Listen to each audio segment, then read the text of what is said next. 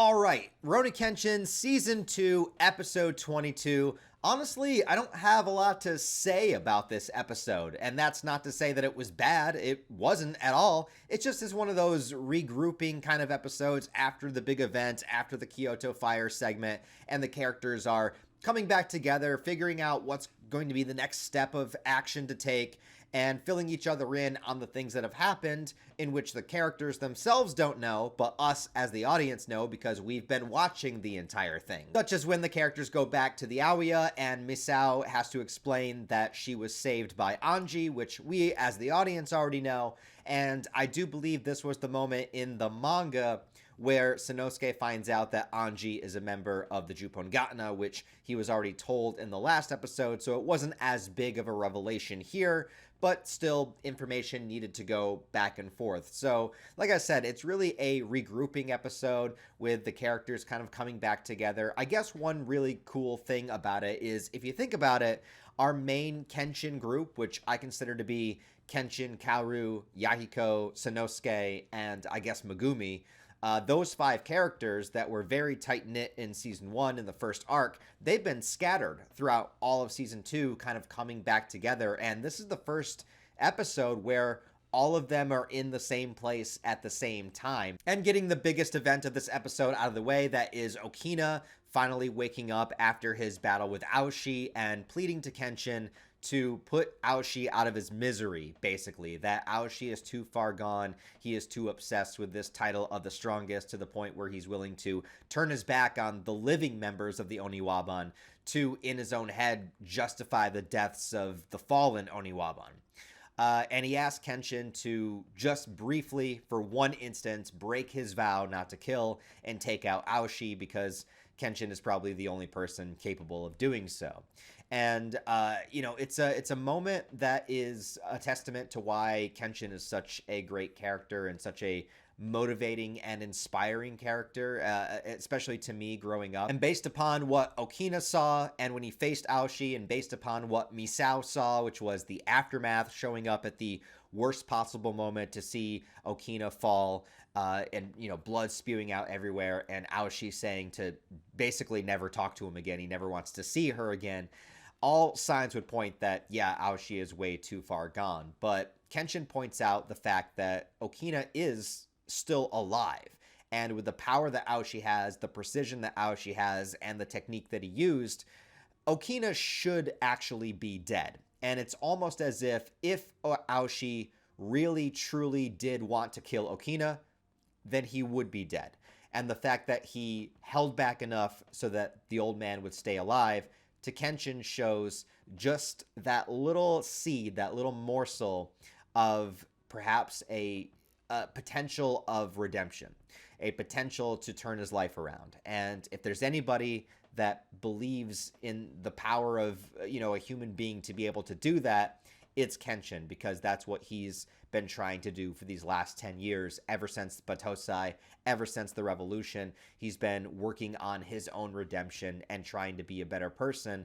And if there's a shred of that within Aoshi, then Aoshi is worth, his life is worth fighting for. And especially because Kenshin knows the situation. He knows how badly Misao was searching for him, how much she cares about him, and how much that she wanted to finally see him again. And of course, when she did, that did not go well. But right in front of Misao, Kenshin is not going to say, yes, I'm going to kill Aoshi. No, of course not. Kenshin is going to say, I'm going to go there and bring Aoshi back with me, which is 10 times more badass than just resolving to kill him. Other than that, we get some extra scenes that were not in the manga of Megumi helping people, basically, you know, forcing herself to stay awake, eating super fast, smacking her face that she remains awake in order to do this. And she's got, you know, an extremely grueling job. Especially with the technology that was available back then to keep people alive and keep people stable. And she's doing everything in her power to do so. And like I said, this is a variation from the manga, because in the manga and the original anime, Megumi doesn't show up until the very end of the Kyoto arc. So all of her stuff here has been added material, but I think that it's good. It gives her more to do, and it's also nice to see her around and be a valuable member of the group, because honestly, with a group of warriors like this and all the shit that goes down, you want a doctor. Like, it's important to have somebody that knows what the hell they're doing when they're patching people up to be part of the team. And so it honestly makes a lot of sense for her to be here too. The whole reason in the original story that she didn't was because she had her patients back in Tokyo and she couldn't leave them, which valid.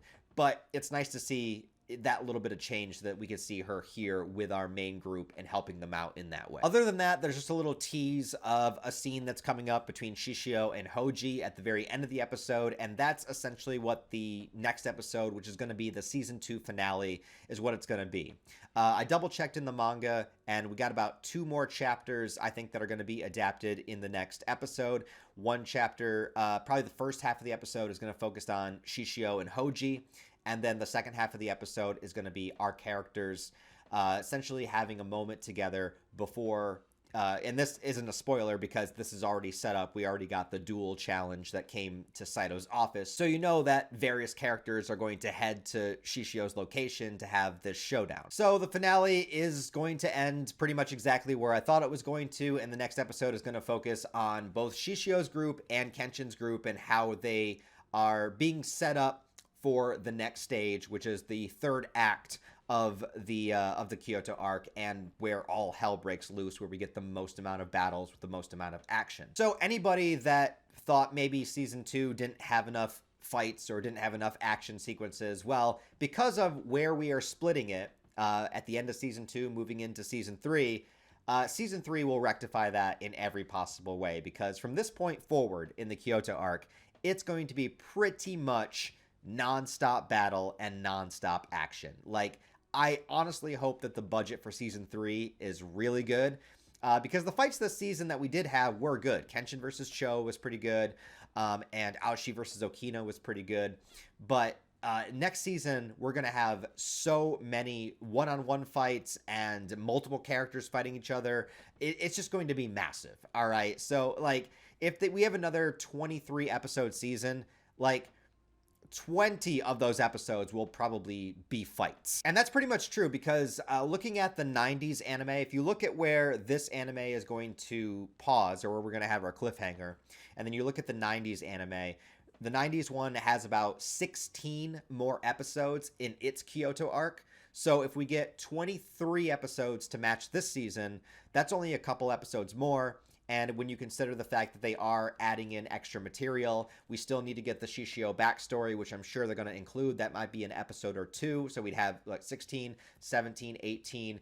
Then we just need 19, 20, 1, 2, 3. We'd have 5 more episodes worth of content. But, you know, with padding and with extra scenes and with changes that they make, it'll be pretty easy to fill 5 episodes. So I'm pretty sure that season 3 will also be the entirety of the Kyoto arc. So anybody hoping for the Jinshu arc, which is the arc that was famously never adapted and never animated after the Kyoto arc in the original 90s version, I know they did do segments of it in the OVAs, but they've never done the entire arc. The Jinshu arc is something that we've always wanted to see happen, that we've always wanted to see animated for over 20 years now.